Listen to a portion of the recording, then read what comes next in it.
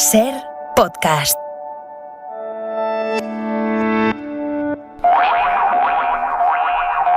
Noche de Ágora en Hora 25 con Carmen Calvo. Buenas noches. Buenas noches. Con José Manuel García Margallo. ¿Cómo está? Buenas noches. He visto que has roto el eje atlantista. Antes estábamos juntos. Vamos a confesar a los oyentes que ha sucedido algo. Vamos a contar las interioridades de este programa. Hay muchas. Sí, hay muchas, efectivamente. Vamos a contar las que podamos contar. Cada semana vamos rotando para que no herir susceptibilidades. Esto es muy maoísta. Sí, entonces vamos rotándolos en la mesa del programa y el que se sienta hoy a mi izquierda, al día siguiente se sienta a mi derecha, tal. Y hoy, en estos 3 minutos que hemos tenido ahora de publicidad, los hemos sentado mal. Y hemos tenido que corregirlo a última hora. Básicamente es lo que ha pasado. José Manuel García Margallo y Pablo Iglesias, buenas noches. Buenas noches. Bueno, venga, vamos a entrar en unos minutos en todo lo relacionado con la invasión rusa de Ucrania. Sigue la masacre de civiles, por lo menos 13 esta tarde, en un ataque contra una panadería industrial, gente que estaba trabajando allí dentro. Vamos con todo ello ahora, pero antes, lo más reciente es la noticia de que el rey emérito Juan Carlos I se queda a vivir por ahora en Abu Dhabi, por ahora, pero anuncia que ahora que la Fiscalía le ha archivado ya todas las investigaciones, volverá a España esporádicamente y siempre que considere oportuno. Dice con frecuencia.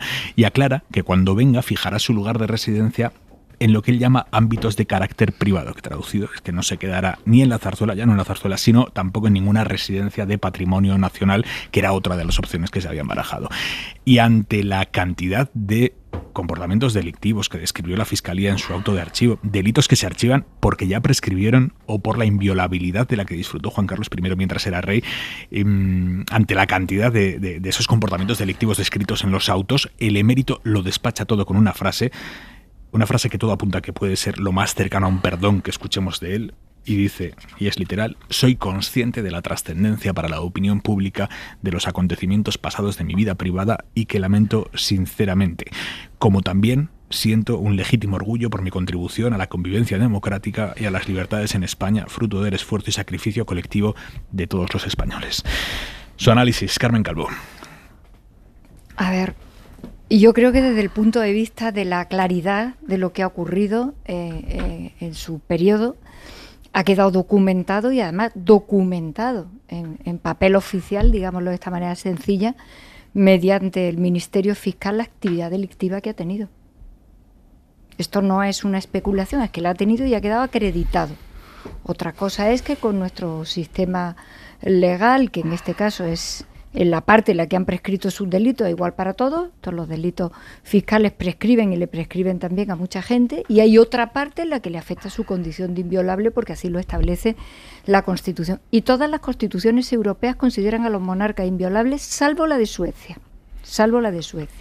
Es decir, que desde el punto de vista de lo que ha ocurrido lo sabemos, y desde el punto de vista del reproche de todo tipo que queramos hacer, claramente.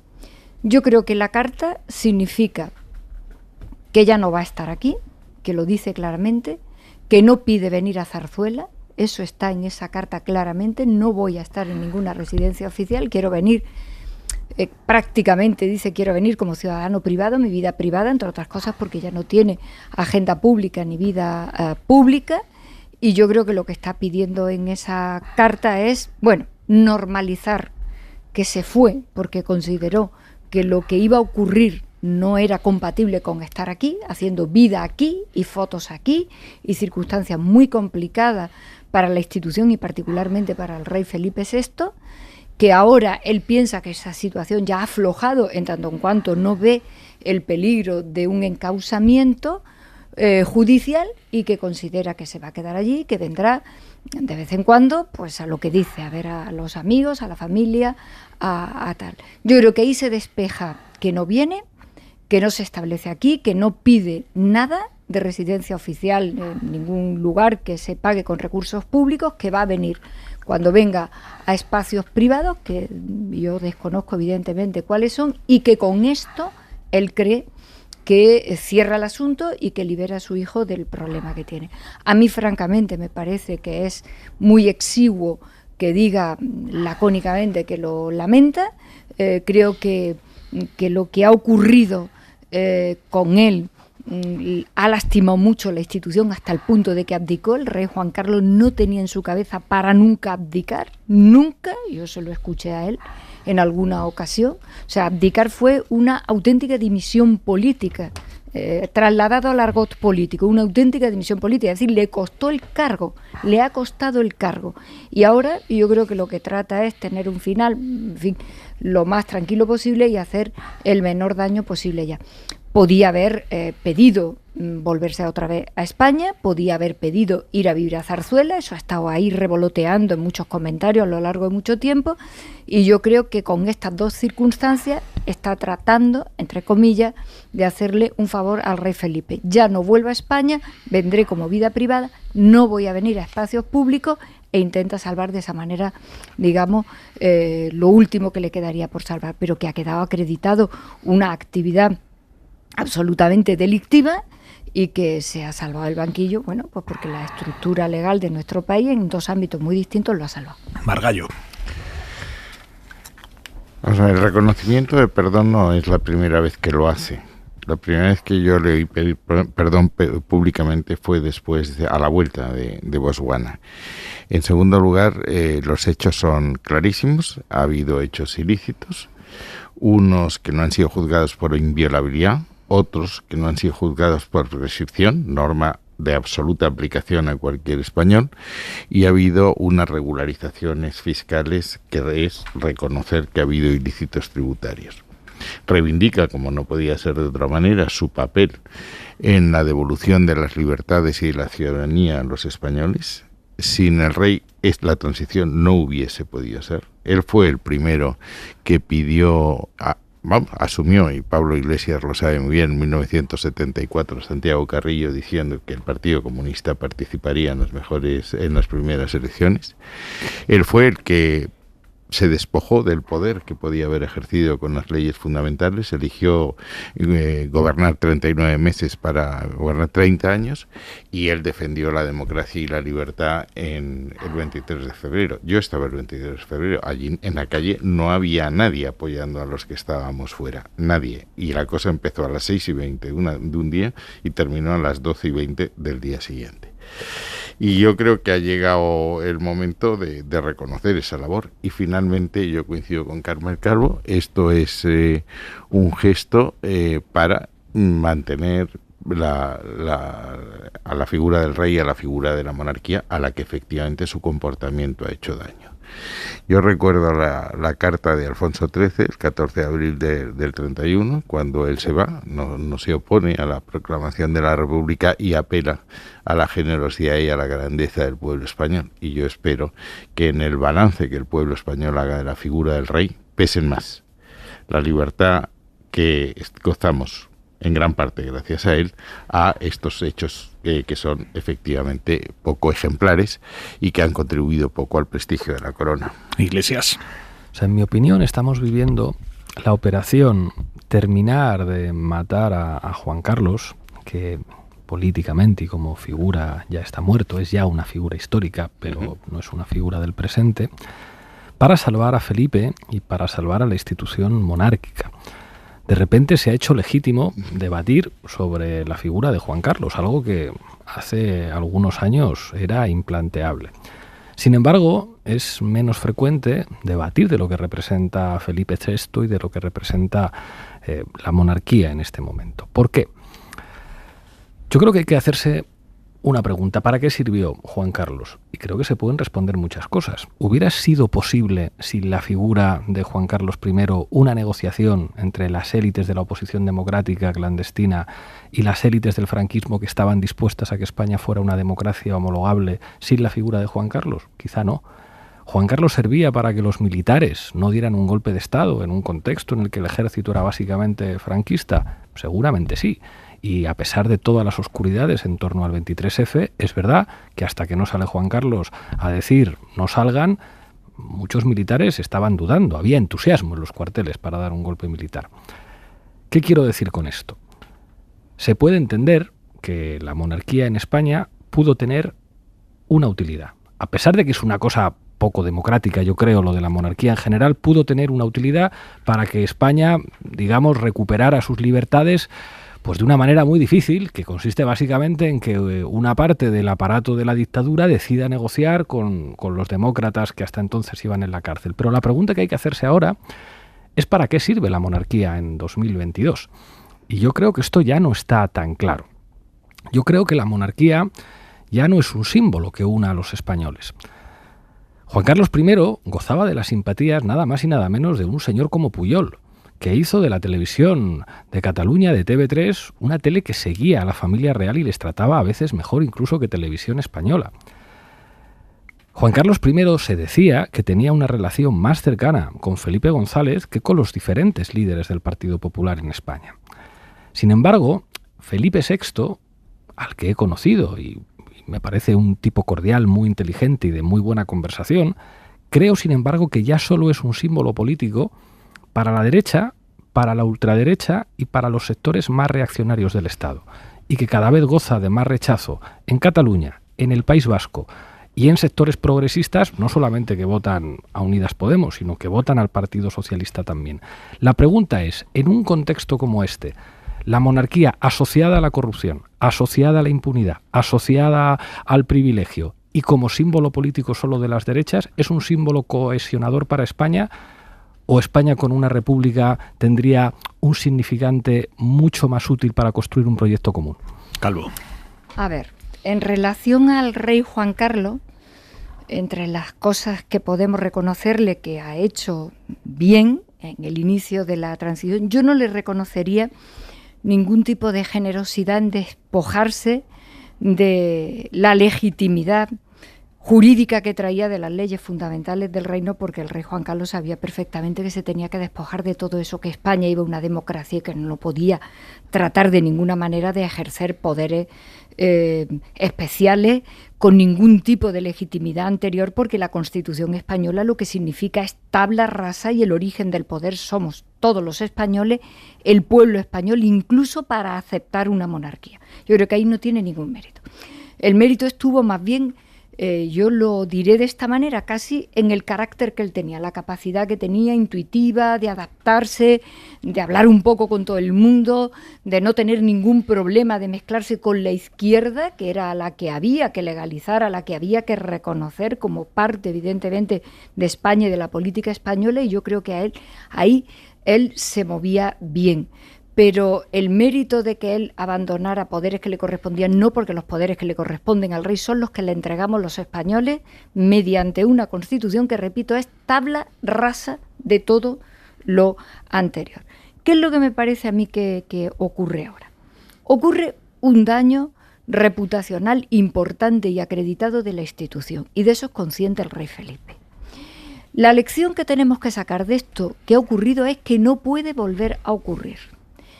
El rey Felipe es verdad que ha dado señales desde el minuto 1 de tener una perspectiva de su posición constitucional radicalmente distinta de la del rey Juan Carlos, casi por carácter, por formación, por muchas cosas. El rey Juan Carlos venía de una vida terrible, casi en lo personal, es un chaval de apenas 14 años, 12, 14 años, que lo sueltan aquí en España a manos del dictador. Con 9. Con 9. El rey Felipe se forma, en fin, con todo tipo de cuidado y de formación para saber que va a asumir la corona de España. El rey Felipe toma decisiones inmediatamente que llega, que ahora habría que trasladarlas jurídicamente mediante decretos para que no solamente sean decisiones que él toma en su casa, sino que sea una regulación mucho más transparente de la propia institución, en la que yo creo que el rey Felipe no tiene absolutamente ningún problema. Quiero decir que él ya ha acreditado que le ha tocado también un tiempo bastante difícil desde que llega, bastante difícil, y ha acreditado que su manera de entender la jefatura del Estado es otra muy distinta. Pero si él no tiene ningún problema en trasladar eso a decretos, ¿por qué no se ha hecho ya? Yo creo que hay que hacerlo ahora. Porque yo creo que los españoles necesitamos saber que esto que ha ocurrido es una lección que hay que aprender, que no puede volver a ocurrir, que la Casa Real, que en este momento significa el rey Felipe y que no está en eso que ha ocurrido con el rey emérito, que todo eso sea juridificado de manera que los españoles tengan derecho a saber que ahí hay todo tipo de rendimientos de cuentas y de claridad. Yo creo que la Casa Real tiene que rendir cuentas en el Tribunal de Cuentas para ver cómo son sus gastos, que la Casa Real ahí tiene que hacer unos esfuerzos en los que yo creo que hay que aprovechar esta oportunidad. La pieza mayor de lo que aquí hablamos y de lo que hay es la inviolabilidad. Esa es la pieza mayor del asunto. Que el rey se someta y la Casa a mayor transparencia de sus contrataciones, de sus gastos, del personal que trabaja, de todos los gastos que supone la institución, que se tienen que parecer mucho a los de una república o un poco menos incluso. La pieza mayor es la inviolabilidad. Si la inviolabilidad se mantiene intacta o si la inviolabilidad se toca en algún aspecto que solo afecte a su vida personal, nunca para su cargo constitucional. El gobierno tiene informes jurídicos que avalan que se pueda tocar la inviolabilidad del rey y limitarla solo a su actividad como jefe del Estado sin reformar la Constitución. A ver, yo he sido gobierno, pero ya no lo soy. No me corresponde a mí decir qué es lo que tiene el gobierno ahora mismo. Pero como los hizo usted, sí. ¿me puede confirmar? Yo pienso que sí. Yo pienso que sí. Yo pienso que modificando la ley orgánica del Poder Judicial, donde están los aforamientos, se puede hacer una interpretación restrictiva del propio texto constitucional en el que el rey, en los aspectos muy, muy privados de su vida, tenga que rendir cuenta, cosa que es bastante inverosímil que ocurra nunca, y que tuviera una inviolabilidad amplísima en todas aquellas funciones que tiene como jefe del Estado. Yo creo que eso es posible. ¿Está de acuerdo, Margallo? Yo creo que es posible, pero creo que no, que ese no es el tema. Yo ahora quisiera hacer alguna matización. La transición fue pasar de un régimen dictatorial a un régimen de libertades. Y para hacer eso dentro de la legalidad, de la ley a la ley pasando por la ley, las cortes franquistas tuvieron que hacerse el harakiri, tuvieron que suicidarse. Eso no lo hubiesen hecho nunca si en la jefatura del Estado no hubiese estado don Juan Carlos de Borbón. Y hubo que lograr la aceptación del ejército en un momento muy complicado, y eso el ejército no lo hubiese hecho si en la jefatura del Estado no hubiese estado don Juan Carlos de Borbón. Creo que eso... Hay una imagen, la imagen vale más que 100 palabras. En el funeral de Franco están Pinochet y Melda Marcos, a los que se les invita a salir del país. En la coronación del rey, en los Jerónimos, está Giscard d'Estaing, el presidente de la República Francesa, está Walter Scheel, presidente de la República Alemana, y el vicepresidente americano de los Estados Unidos. Lo cual significaba la aceptación por Occidente de un hijo pródigo que había estado fuera de Occidente por el carácter dictatorial de su régimen. El que estuviesen aquí significaba que don Juan Carlos concitaba la adhesión y la ayuda de los países occidentales. ¿Lo hubiese conseguido eso un presidente de la República? Francamente creo que no. Y luego la discusión que plantea Pablo es una discusión que en abstracto no tiene ningún sentido. Es como si decimos es mejor el bipartidismo que el pluripartidismo, pues depende del país. ¿Es mejor una monarquía que una república? Pues depende del país, pero decir que una monarquía corona, en el sentido del término de estar en la cima, un régimen más democrático que otro, no es verdad. Es decir, ¿es más democrático Dinamarca o Venezuela? ¿Noruega o Rusia? ¿Irán o Suecia? ¿Reino Unido o Corea del Norte? Las primeras son monarquías, las otras son repúblicas. Por lo tanto, lo que hay que saber es si al pueblo español, en un momento determinado de su historia, le conviene una monarquía o una república. ¿Y usted cree? Creo absolutamente que es una monarquía. Es decir, este país tiene unas tensiones centrífugas que han arruinado muchísimas veces la convivencia, y se requiere una figura que represente lo que dice la Constitución, es el símbolo de la nación y de la permanencia y de la unidad de la patria. Este país está muy tensionado en este momento, muy polarizado. Hoy vamos a discutir otras cosas, pero es que aquí se discute dentro de uno de los partidos o de las coaliciones que apoya el gobierno, si somos atlantistas o no somos atlantistas, que no es un tema menor. Esta discusión en Alemania no tendría el menor sentido. Los tres partidos que forman gobierno, socialdemócratas, liberales y verdes, son europeístas, atlantistas y creen en la economía social social de mercado. ¿Le vamos a introducir más polarización? ¿Quién iba a ser presidente de la República? ¿Vamos a partir a España en dos otra vez cuando elijamos al jefe del Estado? Iglesias. Estoy de acuerdo con Margallo en algo que es la clave de la discusión. Margallo está defendiendo con argumentos respetuosos y con argumentos que mucha gente que nos pueda estar escuchando aceptará y estará de acuerdo, que para España es mejor una monarquía que una república. Y es que ese es el debate en el que yo creo que estamos ahora. ¿Qué es mejor para España? ¿Una república o una monarquía? El debate no es ya si hay que reformar la monarquía o no. El debate es si lo mejor para el futuro de nuestro país es que España sea una monarquía, hablando de lo que es la monarquía española, que yo no sé la monarquía sueca, pero aquí la monarquía está asociada a corrupción, está asociada a privilegio, es un significante que solamente emociona a la derecha, genera mucho rechazo en muchos territorios de nuestro país, los jóvenes no la comprenden, mañana es el 8M y las mujeres no entienden cómo el machismo ha pervivido en una institución como la monarquía, pero en cualquier caso, lo importante no es lo que opine Margallo y lo que opine yo. Lo importante es que la sociedad pueda tener ese debate y que los monárquicos defiendan abiertamente su posición y que los republicanos podamos defender abiertamente nuestra posición sin que nos diga, es que su opinión es ilegal. Pues no, claro que no. Defender la república es perfectamente legal en una democracia y ojalá, en cuestión de tiempo, ¿no? Claro, haya una mayoría de españoles que quieran la república. Y si hay una mayoría de españoles que quieren la república, se encontrarán las vías legales para que nuestro país sea una república, que es lo que algunos legítimamente deseamos, y habrá otros que dirán, no, pues mucho mejor que sigan los Borbones en la jefatura del Estado. Yo quiero dar dos datos, si Aymar, crees tú que esto lo tenemos que terminar ya, este asunto. Uno, el rey, según tengo entendido, a los datos a los que yo accedo, es la figura de la vida institucional, digámoslo así, o política, mejor valorada de este país, ahora mismo. Lo que significará que tendrá sectores de edad muy distintos y gente del campo progresista o del campo, evidentemente, más conservador. No me diga que tiene datos del CIS que no tenemos los demás sobre la monarquía. Ese era yo el que tiene datos del CIS que no tienen los demás, soy yo, que tengo buenas Se lo vamos a pedir a Pablo. Y luego, lo que a mí sí me interesa... Luego los cuento. En el eje este de debate, monarquía-república, es que a veces lo simplificamos mucho. ¿Qué república? La presidencia de la República de Italia, que la elegían 1000 personas, que fue unos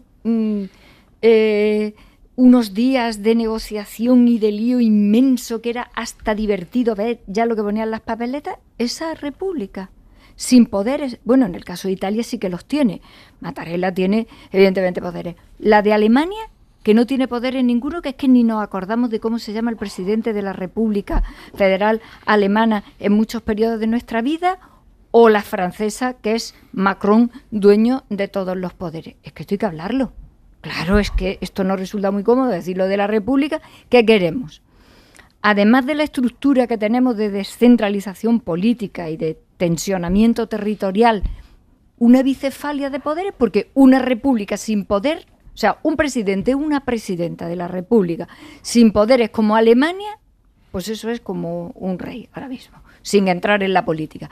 ¿Qué queremos? ¿Que tenga verdaderos poderes de entrar en la política, como ha hecho Rebelo de Sousa con la ley de eutanasia? ¿Qué queremos? Eso, pues a la política española solo le hace falta eso, una especie de bicefalia arriba, es decir, de reparto importante de poder político entre la presidenta del gobierno y la presidenta de la República, y acabamos.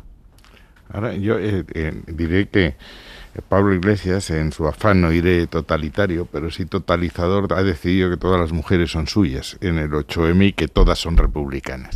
Bueno, ese argumento te va a durar poco, porque la próxima jefatura del Estado va a caer una mujer que es Leonor. Luego ya podemos eliminar uno de los obstáculos intelectuales. Es como cuando tú dices que el pueblo español juzgará, pues uno juzgará en otra cosa y otro juzgará en otro diferente. Yo no he dicho lo que va a juzgar, he dicho que juzgará. Bueno, yo de momento acabo de nombrar a una presidenta del gobierno y una ministra de la Vamos avanzando, ¿eh? Ya vamos teniendo algo. Ya tenemos una mujer presidenta de la República. Pues yo sí quiero eso. A mí sí me gustaría que en mi país hubiera una mujer que fuera presidenta de la República. Me gustaría que la eligieran cada cierto tiempo. Tendrías un lío de elección, si Yolanda o Belarra, no sabemos. Yo creo que Yolanda Díaz podría ser una presidenta de la República estupenda. Todavía. pero que si después de 4 años la gente no está contenta con su gestión, no hay que tragarse a la misma presidenta de la República y que sus hijos vayan a ser jefes del Estado también, sino que los ciudadanos votando eligen.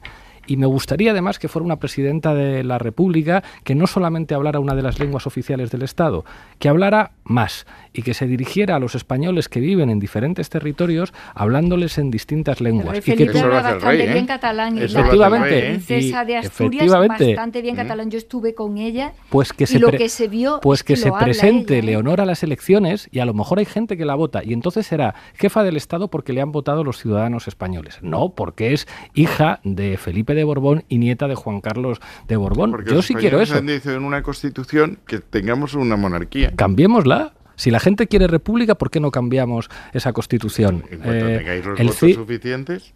Bueno, pues efectivamente, el CIS, el CIS no pregunta sobre esto, pero una encuesta que hizo la plataforma de medios independientes decía que ya había más españoles favorables a la República que favorables a la monarquía.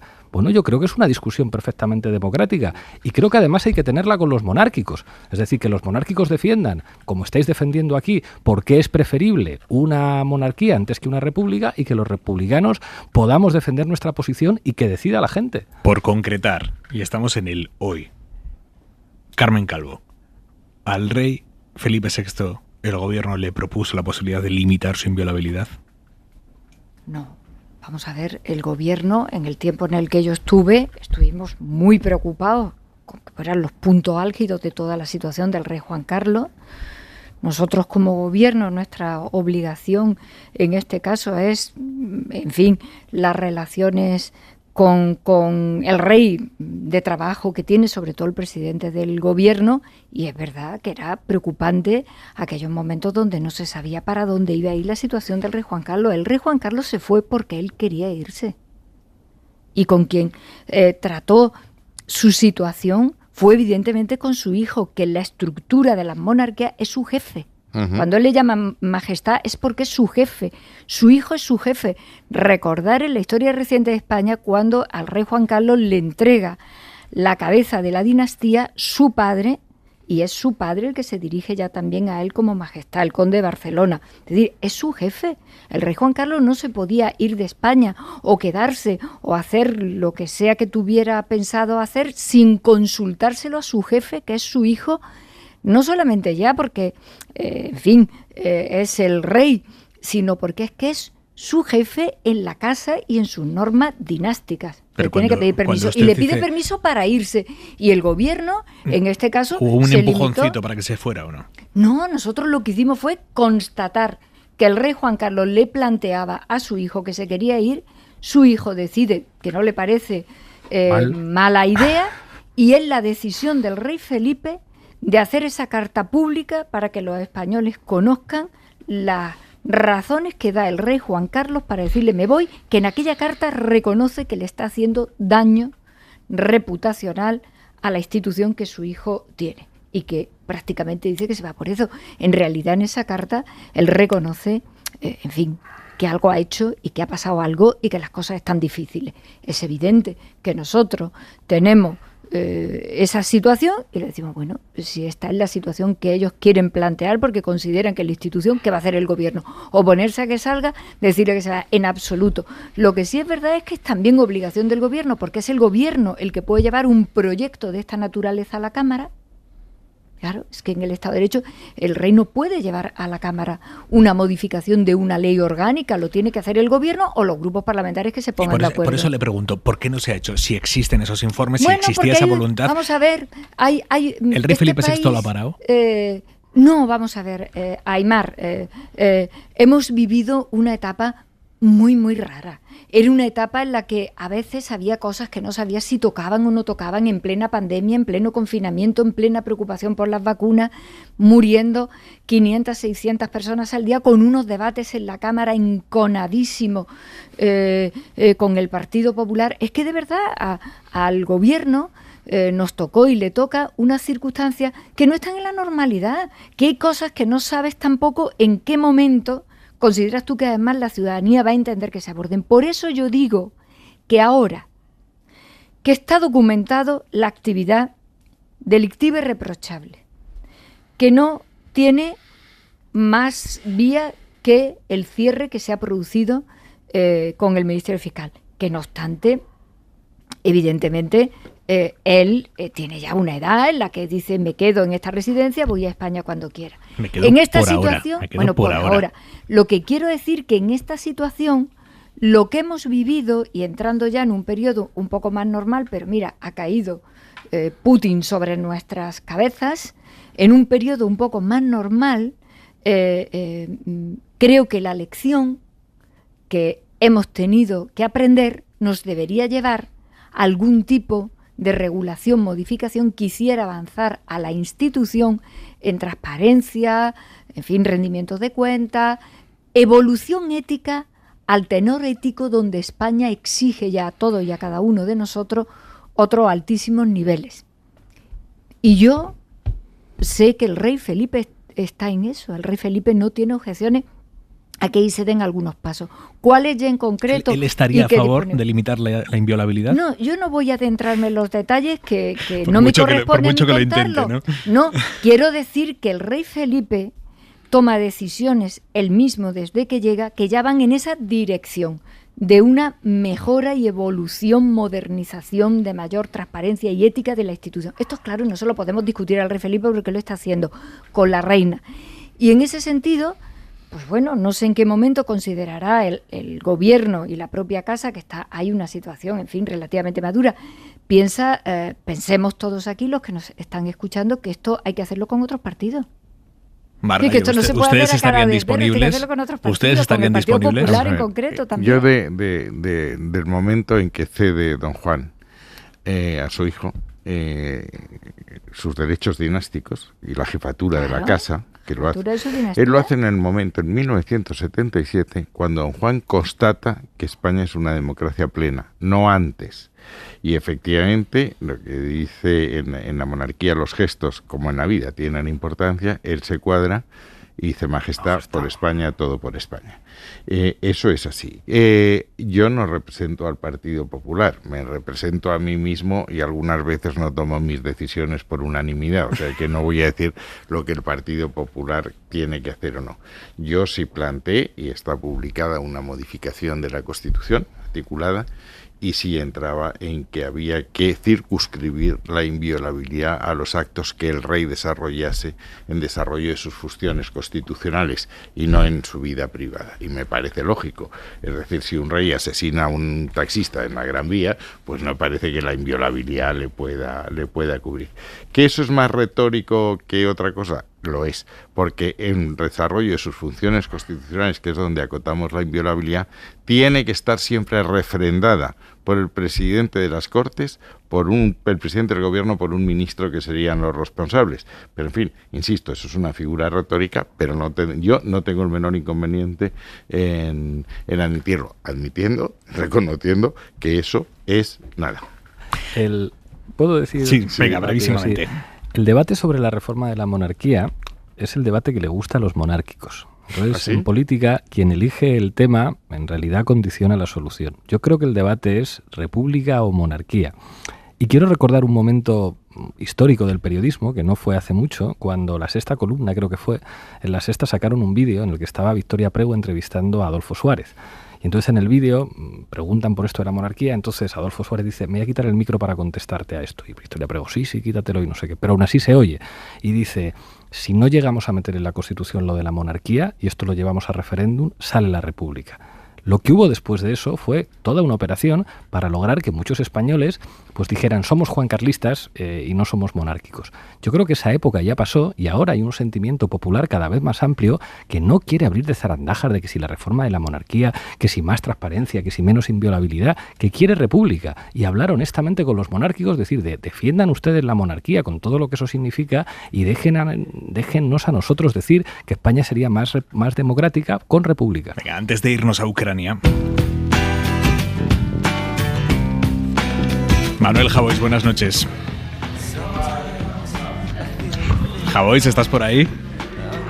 ¿Qué tal, Aymar? Buenas noches. Buenas noches. Tu lectura de la decisión de Juan Carlos I, Javois. Sí, ¿qué tal, Aymar? ¿Me escuchas? ¿Cómo estás?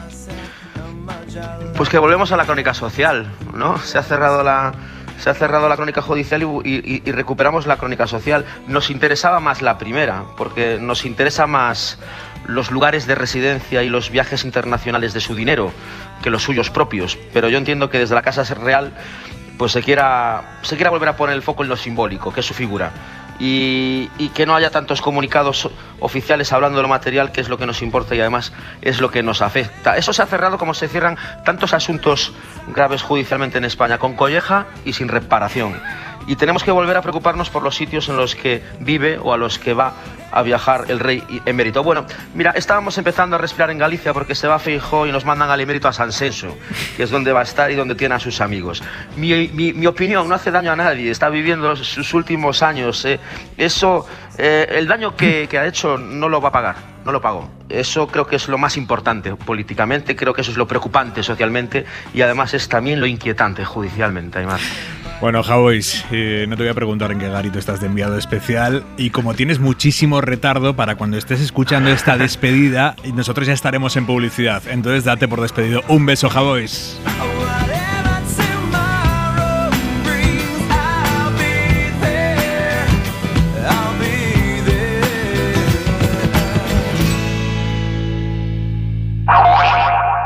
Crónica de la invasión, día 12.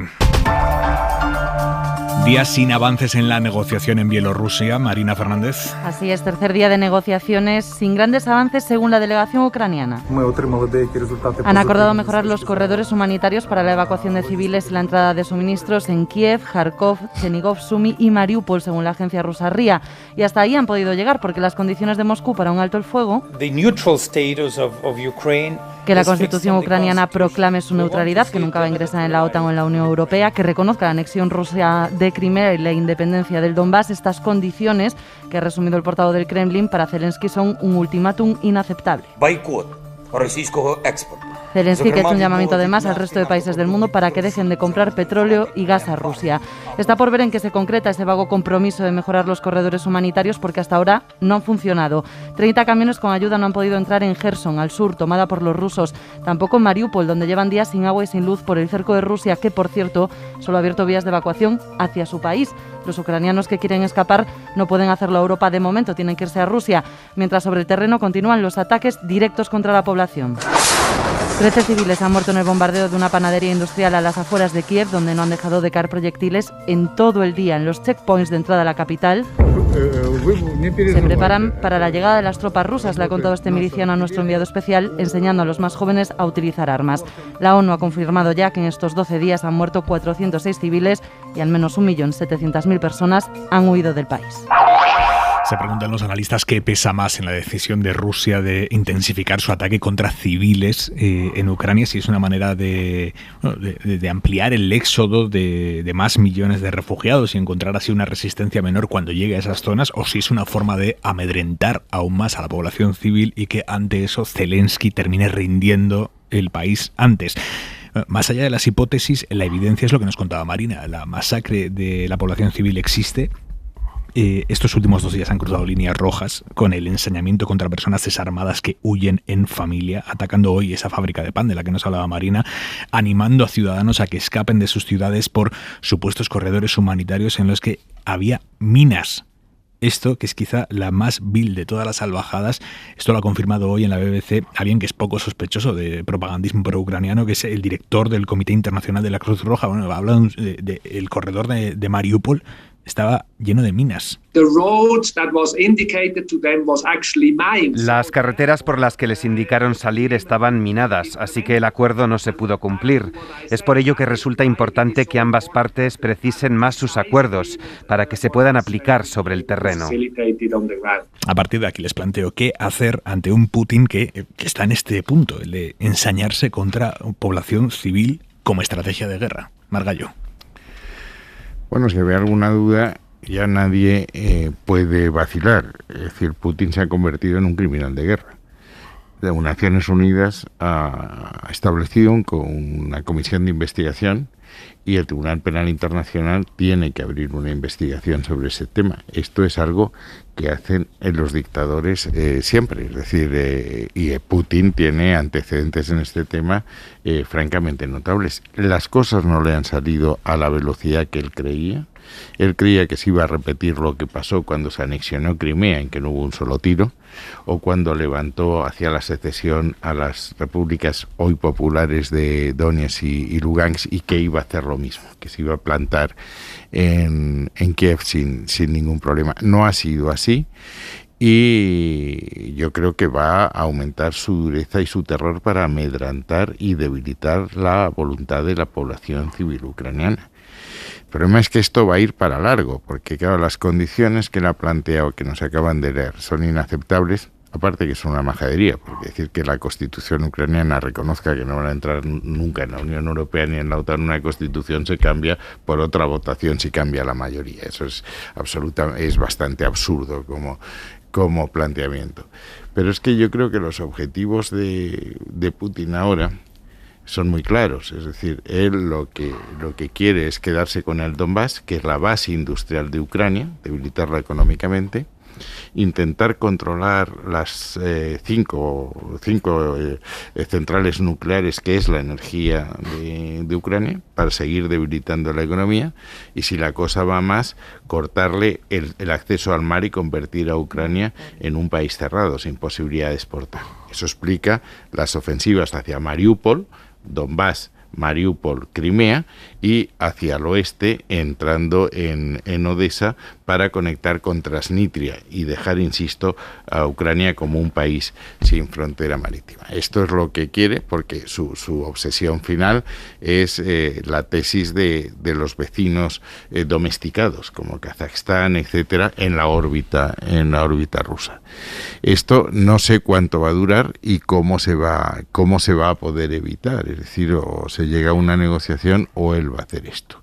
Y va a haber más terror, va a haber más bombardeos, va a haber más masacres humanitarias, pero ya no tiene salida. Es que Putin no puede volver a Rusia sin un triunfo, porque es que le cuesta la vida a él. Eso sí de sencillo, ¿eh? Si además si siguen aumentando la pobreza en la que está sometiendo a su pueblo, ¿no? Ahora, si lo que quería era demostrar que había una agresión accidente y que lo que era una postura defensiva para que no le acercase la OTAN, ya ha perdido el apoyo hasta de Suiza, que era neutral desde Guillermo Tell. O sea, está logrando hechos bastante prodigiosos en el mundo, ¿no? Y en España, pues yo no sé si queda alguna voz que defienda que hay que ceder ante Putin, o hay que plantarle cara. La postura del apaciguamiento ya sabemos dónde va. Esto con Hitler, que es el alma gemela de Putin, se le entregó Checoslovaquia, hubo la famosa frase de Chamberlain, traigo la paz con honor, y Churchill le dijo con razón, se le dio a elegir entre el deshonor o la guerra, ha elegido usted el deshonor y trae a la guerra. Entonces yo creo que hay que seguir presionando y defendiendo a un pueblo. Es que es si ves yo estuve en Maidán varios días después de lo que pasó, y las fotos de los niños que estaban masacrados por la policía Yanukovych, que era un prorruso, habían nacido en Donetsk, es que llevaban una banderita europea en la mano. Es que lo que están defendiendo es la independencia de su patria, la dignidad y la libertad, que son los valores occidentales, que los ucranianos son como nosotros. Iglesias. Algunos datos. El ejército ruso tiene 850.000 soldados profesionales, 4 veces más que Ucrania. Tiene 1.511 aviones de combate frente a menos de 100 que tiene Ucrania. Tiene 544 helicópteros de combate frente a los 34 de Ucrania. Tiene 12.420 tanques, 5 más que Ucrania. En cuanto a fuerza naval, Moscú tiene un portaaviones, 70 submarinos, 15 destructores, 11 fragatas y 14 corbetas, mientras todo lo que tiene Ucrania es una fragata y una corbeta. Ergo, para lograr que Ucrania gane la guerra a Putin, hace falta lo que está pidiendo Ucrania. Como mínimo una zona de exclusión aérea, eso implica que los aviones de la OTAN entren en Ucrania y pájaro que vuela a la cazuela y avión ruso que vean, avión que tienen que derribar, o eventualmente que haya una misión liderada por los Estados Unidos y otros países de la OTAN que le demuestren a Putin que Estados Unidos y los países de la OTAN tienen más soldados, más aviones, más fragatas, más destructores, más helicópteros de combate. ¿Cuál es el problema? Que nadie de los que dice que efectivamente hay que ayudar al pueblo ucraniano, que comparte nuestros valores occidentales, nadie en ningún país de la OTAN está dispuesto a que entren aviones de combate de la OTAN en suelo ucraniano y a que vayan soldados. Y lo que dicen es que hay que mandarles armas. De la calidad de las armas españolas ya ha hablado el periódico El Confidencial y yo espero que alguien responda a propósito de la calidad de ese armamento. Pero lo que todos los expertos militares dicen es que ese armamento solamente va a contribuir a alargar una carnicería. El gobierno ucraniano ha dicho que cualquier ciudadano entre 18 y 60 años está movilizado para combatir. Si tú y yo fuéramos ucranianos, Aimar, a ti y a mí nos tocaba combatir. Y tú y yo podemos ser peligrosos con un micrófono, pero tú y yo, con una pistola o con un CESME o con el armamento que se ha mandado, somos una cosa que da pena en cualquier conflicto bélico. O sea, somos carne de cañón, vamos a morir. No vamos a poder hacer grandes bajas al enemigo con un fusil de combate. Entonces, creo que hay que parar la hipocresía ya. Si hay una voluntad real de derrotar a Putin, pues vamos a la guerra con una potencia nuclear. Y si estamos dispuestos a ir a la guerra con una potencia nuclear, ojo, eso lo pueden decidir los parlamentos. Y creo que a lo mejor ahora hay mayoría, ¿eh? O sea, que si vamos al Congreso de los Diputados y tienen que pulsar el botón los diputados, creo que los de Podemos se van a quedar solos, defendiendo a lo mejor que no vayamos a la guerra. El problema es que creo que alguien debería decir que hay veces en las que solamente hay decisiones, o sea, que no hay buena decisión, que estamos decidiendo básicamente o entre ir a la guerra nuclear con Rusia o entre una carnicería en Ucrania. Yo creo que a la vista de la correlación militar, alargar esa carnicería a costa de la población civil ucraniana es un error. Y creo que si nadie está dispuesto a que la solidaridad se convierta en la zona de exclusión aérea y en la intervención de la OTAN, lo de mandar armas es simplemente alargar una carnicería porque todos los militares saben que los ucranianos no pueden ganar a Putin. Calvo. Parece, viendo la situación, parece que Putin llevaba mucho tiempo preparando todo esto. Sin duda. Mucho tiempo. Ha esperado a que la pandemia aflojara y a que terminaran los Juegos Olímpicos de Invierno en China y ha calculado las fechas con arreglo a esas dos circunstancias, sobre todo lo de los Juegos Olímpicos, que allí se plantó como vimos. Es decir, él ha hecho un cálculo en cierta medida equivocado, porque es verdad que Europa le ha dejado traspasar muchas líneas rojas en algunas situaciones, sin ir más lejos, todo lo que supuso Crimea, y él pensó que en esta ocasión pues también podría ser más o menos igual. No calculó tampoco qué reacción iba a tener en el interior de Ucrania, en la división que ellos tienen con los prorrusos dentro de la propia Ucrania, y se ha encontrado lo que se ha encontrado, que Ucrania ha decidido unirse bastante y defenderse. Y además no se esperaba tampoco que la Unión Europea, que es lenta, en tiempo récord, empezara a tomar decisiones combinadas con otros países del mundo importantes, como obviamente el caso de los Estados Unidos, incluida la posición de Suiza, que es bien sui generis. Putin es un individuo entrenado para matar en el KGB. Es decir, que él no es un líder político que le pueda molestar o doler que esté masacrando gente, que esto es muy importante decirlo, porque claro, los líderes políticos, incluso en las propias democracias, cuando por desgracia se entra en conflictos bélicos, a un líder le duele evidentemente, incluso cuando tenga que decidir situaciones de esa naturaleza. A lo largo de la historia hemos visto líderes que les duele que caiga su pueblo, incluso los muertos del enemigo, ¿no? Pero estamos delante de un individuo que no se le debe de mover ni una sola pestaña, porque en este momento tengamos noticias de que las tropas rusas acosan y se extralimitan con la población civil. Estamos delante de esto. ¿Pero qué es lo que ocurre aquí? Cuando fuimos al no a la guerra de Irak, nosotros éramos los agresores. España era de los poquitos países de aquel trípode que decidió agredir a Irak. Claro, el no a la guerra fue clamoroso, porque nosotros nos convertíamos en agresores. Ahora nosotros, como españoles solidarizados a través de la unidad de la Unión Europea con el pueblo ucraniano, somos los agredidos. Esta es la diferencia que hay. Y es que nosotros ahora somos los agredidos. Por eso no prende lo del no a la guerra, no prende. No prende porque, además de esto que digo, que la posición es radicalmente distinta de aquella es que el propio pueblo ucraniano y su gobierno han decidido defenderse. Podían haber decidido rendirse. Podían haber decidido negociar a la baja, podían haber decidido muchas cosas, pero es que han decidido defenderse y nosotros no somos nadie para decirle al pueblo ucraniano en su decisión legítima que no se defienda si es lo que ha decidido. Ahora solo nos queda o ayudarles o no ayudarles. Ayudarles cuando Putin los arrasa tiene que ser con armas. Y además, ¿en qué posición si el propio gobierno ucraniano, si el propio pueblo ucraniano, sus tropas, que están evidentemente en debilidad absoluta en relación a la potencia que es Rusia, en qué condición incluso van a negociar si se entregan? ¿En qué condiciones, además, si no hacen algún tipo de resistencia bélica, van a poder negociar algo, por difícil que sea, con Rusia, para ver en algún momento alguna salida a esto? Claro, es que estamos delante de una situación en la que nosotros, por efecto evidentemente de solidaridad, de empatía, de comprensión y de compromiso, ahora nosotros somos los agredidos. Y el no a la guerra de Irak es que éramos nosotros los agresores.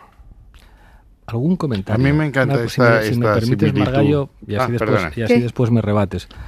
Ya te lo iba. Ya me ibas a rebatir. Creo que los ucranianos lo que nos han pedido es que intervenga la OTAN, formar parte de la OTAN para que la OTAN se vea obligada a intervenir y asegurar un espacio de exclusión aérea y que lleguen los aviones europeos. Eso es lo que nos han pedido. Lo que pasa es que los europeos les hemos dicho: no entráis en la OTAN, no mandamos aviones y no mandamos nuestros ejércitos. Os mandamos unas cuantas armas. Pero lo que nos han pedido es otra cosa y nadie ha querido dárselo. A propósito de si prende o no prende el pacifismo, datos. Centro de Investigaciones Sociológicas, dirigido por el señor Tezanos, dice que solo el 23,7%... ¿Estos son públicos o son de los que tiene usted? Estos son públicos. De los encuestados en España aceptarían una acción militar en la que participaran tropas españolas.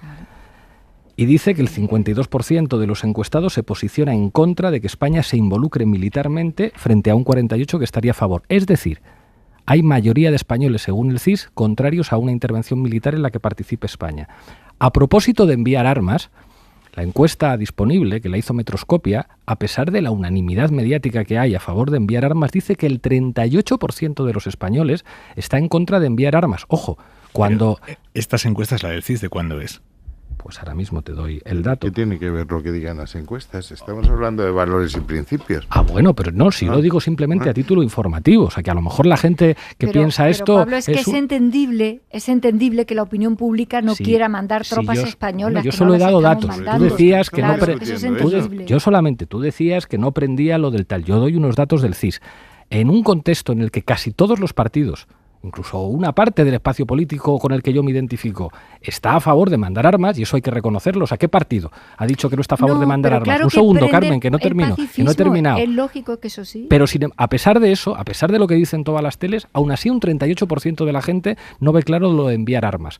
Pero aún así, más allá de lo que opine la gente, es como, hombre, los ucranianos lo que están diciendo es: manden tropas, manden los aviones para que no nos bombarden. Si ningún estado de la OTAN está dispuesto a hacer eso, creo que es una evidencia que enviar el armamento que se está enviando solo prolonga una carnicería. Y yo creo, ahora que nos ponemos con los valores y con la moralidad, que si todos sabemos que los ucranianos no pueden ganar la guerra y solamente pueden morir frente a un ejército superior, y no estamos dispuestos ni a enviar tropas ni a enviar aviones a combatir con los rusos, entonces trabajemos para que se sienten a negociar ya y no favorezcamos que haya niños de 18 años sin formación militar que van a morir. Pablo, que lleva un año pensando en esto, que por eso negociar ha sido una quimera, que no estaba en su cabeza negociar, que iba a entrar en Ucrania.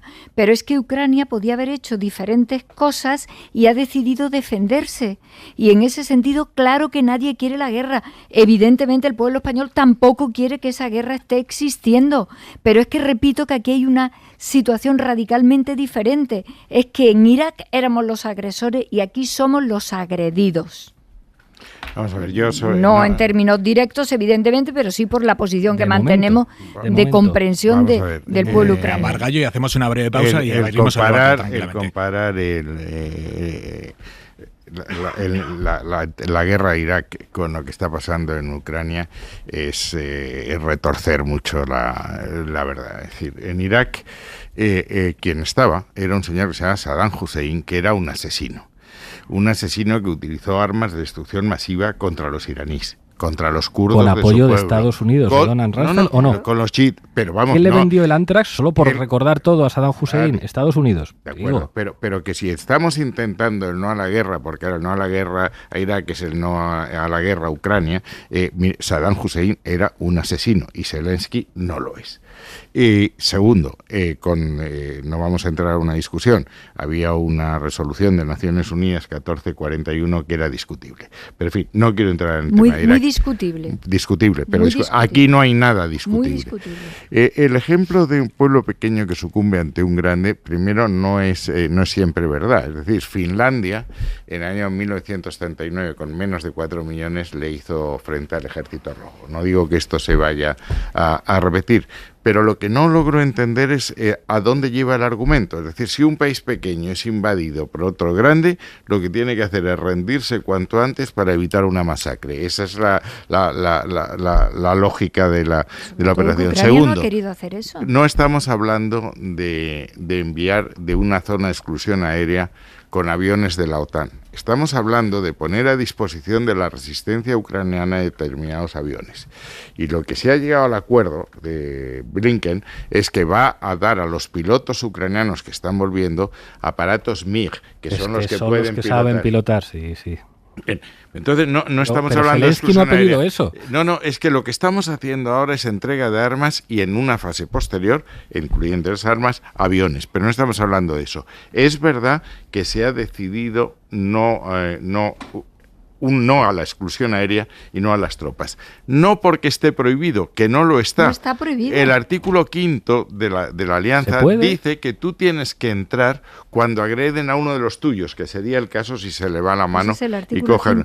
Pero el artículo 5 no te prohíbe que entres, claro. Y de hecho ya entramos en la guerra de Bosnia. Lo que se ha tomado es una decisión para intentar evitar una conflagración mundial. Pero insisto, ante las atrocidades que estás viendo en Ucrania, ¿qué es lo que tenemos que hacer? Un segundo, seguimos con el debate a la vuelta. Seguimos con el debate a la vuelta. No, un segundo, hora 25, seguimos. Y empezamos a cerrar este lunes 7 de marzo, Marina. Y la portavoz de la Casa Blanca acaba de confirmar que una delegación estadounidense de alto nivel ha viajado este fin de semana a Venezuela para abordar, entre otros asuntos, cuestiones de seguridad energética. Son los contactos a más alto nivel entre Estados Unidos y Venezuela en años. Según los medios estadounidenses, Washington estudia la posibilidad de suavizar las sanciones contra el petróleo de Maduro para aliviar el alza en el mercado del crudo que está provocando la invasión de Ucrania. Empezamos a cerrar el lunes y ya queda menos de una hora para el 8 de marzo. El feminismo es un movimiento que mejora nuestras sociedades y solamente a través del feminismo construiremos las mejores democracias, que es precisamente lo que algunos no quieren que ocurra en nuestro continente, en Europa. Feliz 8 de marzo. Desde primera hora la SER ha preparado una programación especial por el 8M que el Gobierno ha inaugurado hoy con ese acto institucional en el que escuchábamos a Pedro Sánchez, el presidente del Gobierno, que mañana, por cierto, viaja a Letonia para visitar a las tropas españolas desplegadas allí con la OTAN y reunirse con el secretario general de la Alianza. ¿Cómo están Mbappé y Toni Kroos? Manu Carreño, buenas noches. Pues enseguida lo vamos a contar. Se ha lesionado esta tarde, le ha lesionado a un compañero en el entrenamiento antes de viajar a Madrid. Así que esta noche vamos a contar lo que tiene Mbappé y le vamos a preguntar al doctor Ripoll. ¿Es duda? Es duda. Sí, a esta hora es duda Mbappé para el partido del Bernabéu. Le ha lesionado a su compañero Gueye con un pisotón, con bastante fuerza, y vamos a ver lo que tiene el jugador del PSG. ¿Y Kroos? Y Kroos también es duda. Hoy ha entrenado, ha tocado balón, pero también es duda para el partido del miércoles. Enseguida lo intentamos aclarar y echar un poquito de luz. En un día en el que ha terminado la jornada de primera, le acaba de ganar el Athletic Club de Bilbao 3-1 al Levante, y acaba de terminar también en segunda el Real Sociedad B 2, Sporting 1, con una mano en el último minuto, en el descuento, que han pitado a favor de la Real Sociedad B. Con Iturralde hoy intentamos aclarar algo que es casi imposible de descifrar. ¿Qué es mano? ¿Cuándo es mano y cuándo no? Porque anoche ayer la de Jordi Alba no lo era y esta sí que lo ha sido y son casi primas hermanas. Hasta mañana, Manu. Hasta mañana, ¿no? Hasta mañana. Hasta dentro de 20 minutos. No, hasta mañana, Aymar. Hasta luego. Adiós. La ropa para mañana, esto sí. Jordi Carbó, buenas noches. Buenas noches, la recomendación es bien clara, ropa de invierno para esta próxima noche y mañana a primeras horas. Es que como las próximas horas se irán las nubes, eso permitirá que las temperaturas bajen y mañana, al empezar el día, vamos a tener heladas en muchos puntos del interior. Y en lo que respecta a la lluvia, no desaparece, sí que lo hace momentáneamente del Mediterráneo, pero entra un nuevo frente por Galicia, quedará lluvia intensa durante la madrugada y mañana se extenderá por toda la península, alcanzando incluso Baleares a última hora, pero con chubascos, es decir, no lluvia continua durante muchas horas, también con algunos momentos de sol, y el ambiente se mantendrá frío durante toda la jornada. ¿Y esta racha de frío intenso, Carbó, hasta cuándo va a durar? Que suban las temperaturas a valores, por ejemplo, como ya hemos tenido en el mes de febrero, no se ve en perspectiva. De hecho, sí que van a subir las máximas la segunda mitad de la semana, va a hacer más frío durante las noches, pero todo apunta a que, por ejemplo, la semana que viene la lluvia volvería a ganar protagonismo, que sin duda sería una muy buena noticia. Carbó, hasta mañana. Adiós. Con Carmen Calvo, con José Manuel García Margallo y con Pablo Iglesias habíamos abierto un intenso debate acerca de si es necesario o contraproducente apoyar a la resistencia ucraniana con armamento, una vez que ya hemos decidido, parece, como países OTAN, no implicarnos, digamos, activamente no entrar con aviones, con soldados, con tanques en territorio ucraniano. Ese es el debate que teníamos abierto. Margallo.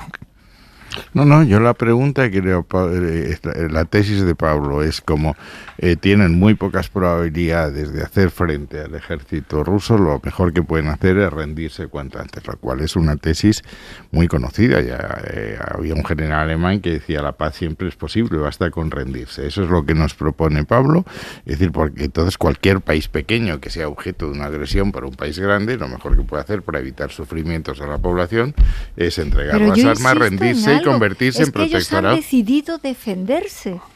Tenemos que respetar la decisión. No, y tenemos que ayudarles a que se defiendan. Y cívica que han decidido a la cabeza su presidente, que es defenderse. Han tomado esa decisión por las razones que sea.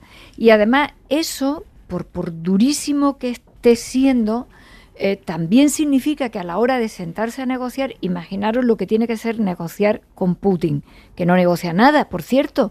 Si es que si esto todo lo ha estado calculando, como es evidente que así ha sido, ¿de qué servía hablar con él? Seguramente no servía absolutamente de nada.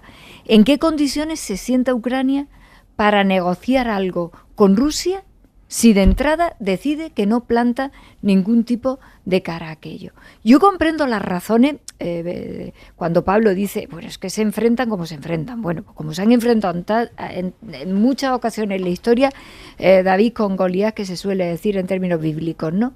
¿Qué otra cosa podemos hacer nosotros a partir de respetar que se quieren defender, que es ayudarlos? Pues defenderse para mantener su independencia, claro, y conseguir su libertad. Ayudarles de verdad. Ayudarles de verdad. Entrar en guerra. Claro, enviar tropas, ser coherente. O sea, es que las dos cosas a la vez no se puede. Si decimos, un segundo, yo os he dejado hablar. Si decimos que hay que parar los pies a Putin y que hay que defender la soberanía de un país, entonces no nos quedemos a medias. No enviemos simplemente armas para que las empuñen civiles sin formación militar. Yo tengo hijos. Y a mí si me dicen que mis hijos cuando tengan 18 años tienen que ir a morir por la patria, lo siento en el alma, no seré un patriota. Quiero que mis hijos estén vivos, que deserten. O sea, es como vivan los desertores. ¿Qué es esto de que hay que morir por la patria cuando no tienes formación militar? Hombre, por Dios, ya está bien con estos discursos. A la guerra que vayan los profesionales, que no vayan peluqueros, panaderos, albañiles o niños de 18 años. ¿Qué decisión de que han decidido morir por su patria? O sea, no acepto ese tipo de discurso. Bueno, pero un ejército. Pero entonces lo que no se puede es ser hipócrita. Lo que no podemos es decir, ¡ay, qué dictador Putin! Es peor que Hitler, va a traer el fin de la humanidad, pero yo no mando mis soldados. O yo no mando mis aviones a hacer una zona de exclusión aérea. O no interviene la OTAN. No, eso no lo hago porque pero, entonces Pablo, entraríamos en una guerra nuclear. Una guerra directamente con efectiva, Rusia. Es una locura. Entonces, si es pero una es que locura... la locura es de Putin que ha invadido Ucrania. Es que esto hay que ir por partes, Pablo. Es que cuando yo veo... Escúchame, yo no te he interrumpido, Carmen. Entonces déjame terminar el razonamiento, que yo después te escucho todo lo que tengas que decir. Si no estamos dispuestos a ganarle la guerra a Putin, porque efectivamente es una locura entrar en guerra con una potencia nuclear, entonces creo que en lugar lugar de esos discursos que ha hecho Borrell de la diplomacia no sirve, sirve la fuerza, mandemos armas, en lo que habría que poner el foco es en que paren ya, y cualquier solución, por humillante que sea, es preferible a una carnicería. Enviar armas es una manera de que continúe la carnicería. ¿Cómo? Entramos en guerra directamente, la OTAN no puede. ¿Cómo va a caer sobre vuestra conciencia que el resultado de las armas europeas que lleguen ahí, dejadme terminar, dejadme acabar, que yo no os interrumpo y me interrumpís. Venga, Iglesias, pero brevemente, venga. Acabo ya, o sea, me callo, yo no interrumpo nunca a nadie. Lo que digo es cómo va a caer sobre la conciencia de Europa que el resultado de enviar armas sea que dentro de 3 meses haya 400.000 cadáveres de civiles ucranianos. ¿Qué vamos a responder? Es lo que decidió Ucrania. Decidieron mandar a niños a morir y nosotros les enviamos armas para que fueran a morir. Hombre, ya está bien con esto. Vamos a ver, Pablo. Yo en esto siento bastante respeto por los argumentos de los demás porque estamos hablando de vidas, de muertes, estamos hablando de situaciones delicadísimas y conviene que no hagamos los argumentos en formato tirabuzón para acabar diciendo, en fin, cosas que ninguno de los que estamos aquí, incluido por supuesto Aimar, podemos asumir. Tú dices, Borrell ha dicho, bueno, la líder de tu partido prácticamente nos ha dicho a todos los partidos que somos de la guerra, en fin, que se lo tiene que mirar, Ione Belarra se tiene que mirar, llamarnos a los partidos de la guerra, desde luego al mío se lo tiene que mirar. Vamos a ver, estamos en una situación muy complicada por el personaje que tenemos delante, que ha estado planificando cómo entrar en Ucrania, que eso ya es evidente. Por lo tanto, todo tipo de diplomacia, cualquier tipo de acercamiento para que no lo hiciera, deviene ahora totalmente en imposible, porque iba a hacerlo sí o sí. Es que está clarísimo. Segundo, estamos delante de un líder político que, como otra en la historia, no le duele absolutamente nada, porque las noticias que nos llegan también es que incluso ha metido a chavales jóvenes que se creían prácticamente que iban a hacer unas prácticas en terreno de Ucrania, empuñando armas que se han encontrado que estaban en la guerra casi sin saberlo. Es decir, estamos en las manos de un sujeto de esta naturaleza, que se ha ido directamente por las centrales nucleares, que nos podemos esperar lo que sea. Pues tendremos que ir por partes. Y por partes es, primero, respetar la decisión soberana de Ucrania, que en vez de allanar camino, planta cara. En las condiciones en las que la puede plantar porque tiene peor ejército. ¿Qué hacemos? Ayudarle en el sentido que pide. Cuando tú eso lo llevas en términos ya maximalistas, ¿qué es? La OTAN no puede entrar porque no se está agrediendo a un país miembro de la OTAN. Sí puede, sí. Bueno, no sí está puede, obligada. pero no está obligada, evidentemente. ¿Cuál es? Claro, pero es que hay que ver qué pasos está dando también Putin, porque lo otro es presentar batalla a lo grande desde el primer momento una potencia nuclear. Tendremos que ir con todo el dolor que desde luego esto nos supone a todos, y yo ahí a todos por igual, entiendo que nadie sufre más, ni nadie es más pacifista, ni menos, porque cada quien estemos intentando cómo ayudar y cómo salir de esta situación. Y estamos delante de alguien, repito, ayer no sé en qué cadena cogí yo a última hora ya de la noche, estaba cansada y era un buen programa porque era un poco la biografía de Putin. Putin llegó a un rango no muy alto del KGB, pero el tío es una máquina de matar sin más ni más, punto. O sea que estamos delante de ese para hablar y esto es así. Por cierto, que una de las noticias de la tarde era que se empezaban las primeras maniobras de movimiento para que entraran en la Unión Moldavia, Georgia y Ucrania. Lo habéis visto, ¿no? El Parlamento Europeo ha empezado los trámites para que la Comisión haga el informe sobre si se les considera países candidatos, efectivamente.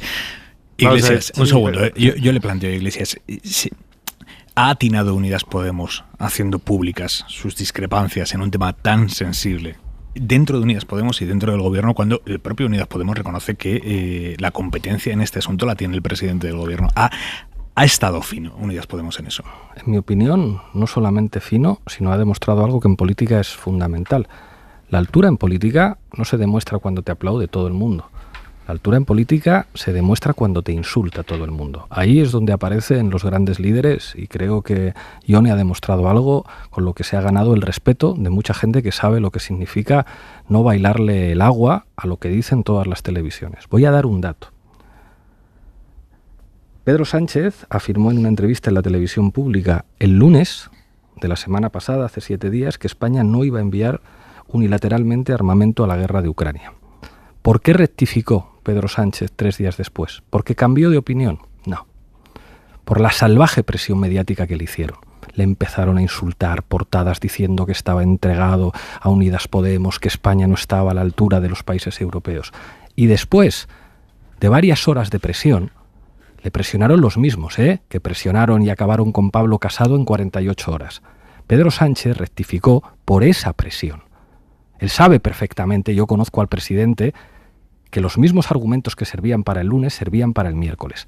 Pero la presión que recibió fue de tal hostilidad que eso le hizo cambiar su posición. Y de lo que estamos hablando es clarísimo, se ha quedado claro en el debate. Aquí todo el mundo se reconoce que no se puede ir a una guerra contra Rusia. A pesar de que Putin es un psicópata, un loco, una máquina de matar, un personaje abyecto, peor que Hitler y que Stalin juntos, a pesar de que eso se afirma aquí, en esta mesa, se reconoce, pero no podemos ir a la guerra con Ucrania. Lo que tenemos que hacer en todo caso es darles armas para respetar su decisión soberana de morir. Y Yone Belarra, con todo en contra, sabiendo que la iban a insultar, que la iban a ridiculizar, que iban a decir auténticas barbaridades, que iba a haber un coro mediático unánime diciéndole auténticas barbaridades, que estamos viendo cómo en la televisión, en algunos de los programas más importantes, por ejemplo, Antonio García Ferreras, está ocultando los vínculos de la ultraderecha con Putin y está diciendo poco menos que Podemos está a favor de Putin. Un nivel de indecencia periodística que se ha desplegado y aún así Yone Belarra dice, pues nosotros mantenemos nuestra posición que es la justa, aunque sabemos que nos van a machacar. Yo creo que eso es de una ética, de una altura, y eso no quiere decir que no sea legítimo mantener otras posiciones. Que en la izquierda hay gente que piensa de otra manera. Hay gente que dice, con toda la buena voluntad, a los ucranianos les pasa como en la Guerra Civil Española, que no nos ayudaron más que la Unión Soviética y los mexicanos y no sé qué, que todas las posiciones... Entonces, quien se ha equivocado es Yolanda Díaz, porque la posición ha sido absolutamente contraria. Jamás saldrá de mi boca una crítica a la candidata de nuestro espacio político, independientemente de cuál sea mi posición, como analista que me invitáis aquí a decir lo que quiero.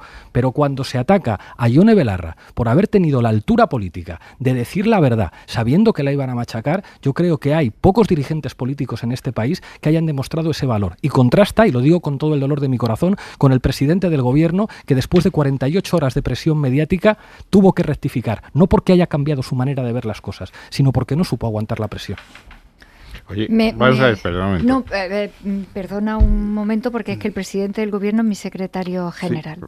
Pero como no es el no, mío, te lo pido. turno Bueno, tendré, aunque sea... Bueno, pues por eso te lo digo porque vamos, tenemos señores, poco tiempo. Calvo, Margallo, venga. Me sorprende enormemente que cuando hemos visto a Europa intentar mantener unidad, intentar hacer todos por igual, que se diga que en el caso español hay algo así como una especie de cambio de sentido del presidente del gobierno, con lo que le ha caído al presidente del gobierno de la derecha mediática de este país, que se va a arredrar el presidente del gobierno por semejante cosa con lo que lleva aguantando pronto 4 años. Me parece increíble. Y luego la altura y las bajuras, que yo en términos personales nunca las analizo, porque eso depende de cómo hace cada quien la política a partir de sus propios principios que comparte con otros compañeros de partido y de sus habilidades personales, que eso es una cosa muy particular. Las bajuras y las alturas las miden las urnas. No. Las miden las urnas. No. Cuando tú interpretas a una población continuamente para hacer política y la estás leyendo continuamente en los problemas que hay, en los estados de ánimo que hay, en las soluciones que tienes que dar a las situaciones a las que te planteas, lo miden las urnas. Y como las miden las urnas, y yo escucho mucho a Pablo decir esto, te digo, Pablo, que nosotros en el campo de la izquierda tenemos los millones de votos que tenemos y vosotros los que tenéis.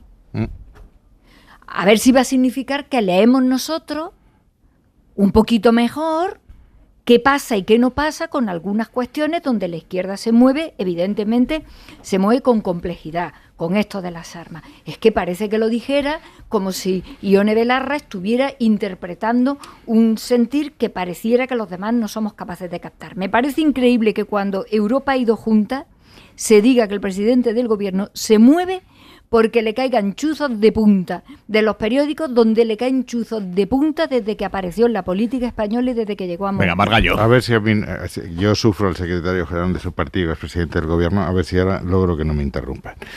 Que el secretario general de tu partido hace economías, serias economías con la verdad, es algo que no discute ningún español. Segundo, las urnas no deciden la verdad o la no verdad de una posición política.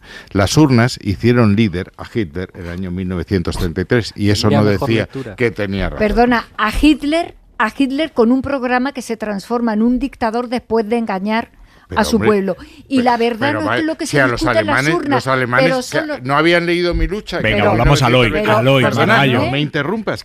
No me interrumpas. Yo estoy dispuesto a entrar en la beatificación de Sánchez con que me dejes hablar. Segundo, que esto estaba preparado hace mucho tiempo, es verdad.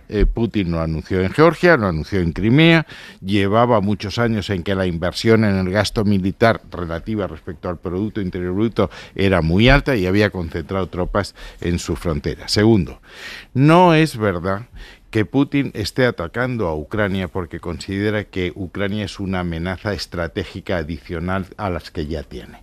Las tropas de la Alianza Atlántica están a 160 kilómetros de San Petersburgo y a 200 de Moscú desde los países bálticos. Y que haya o no armas estratégicas en Ucrania no añade absolutamente nada. ¿Por qué lo hace?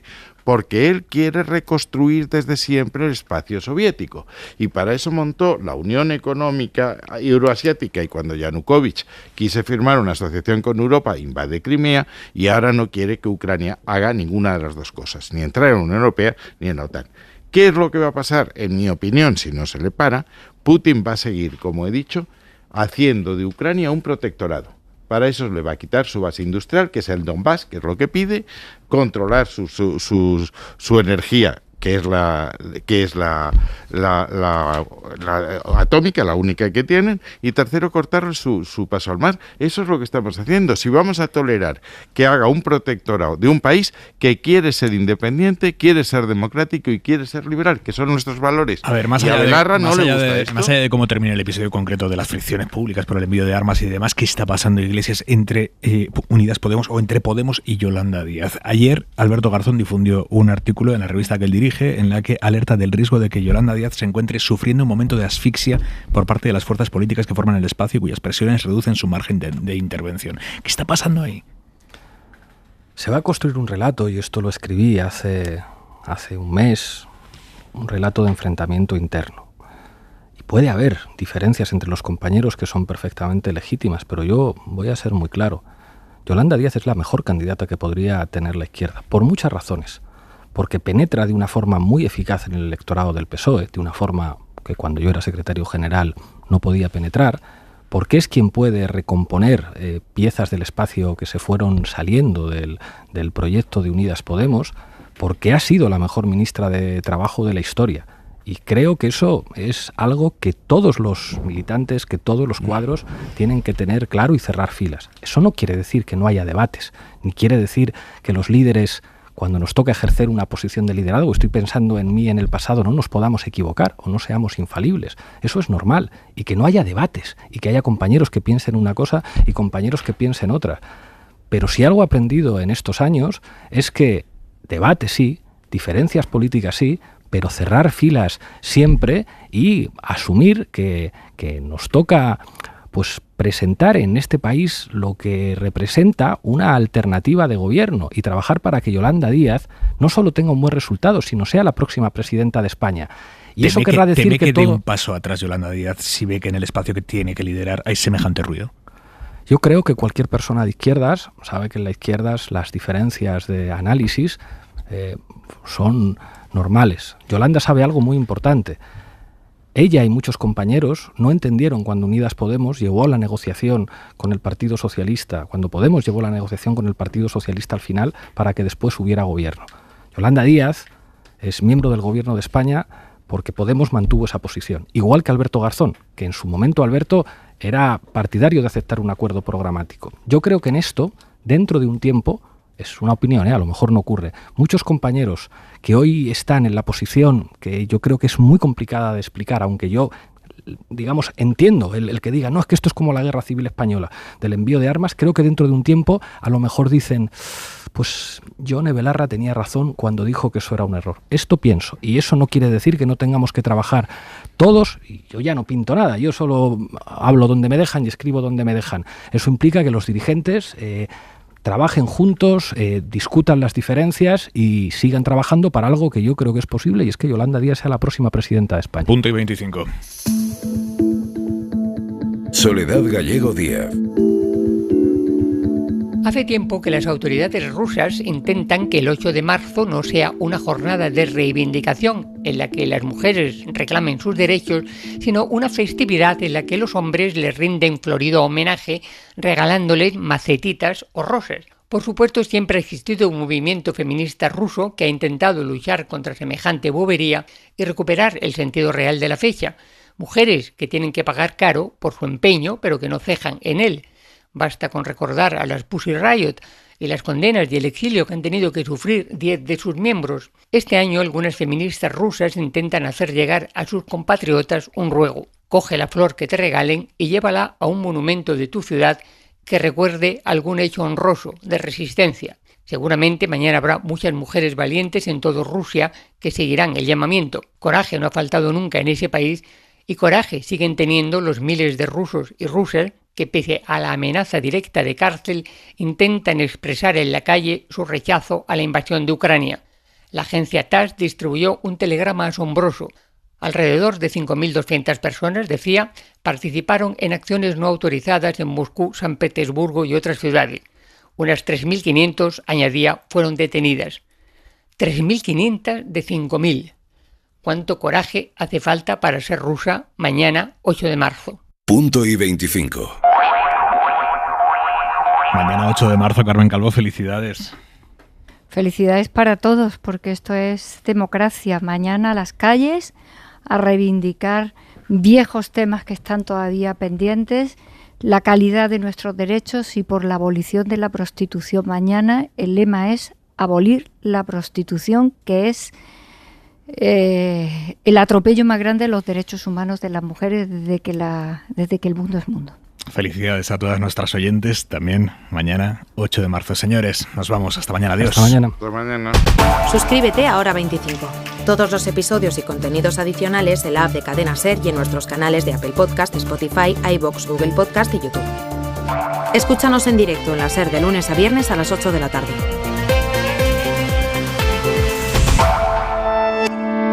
Cadena SER. La radio.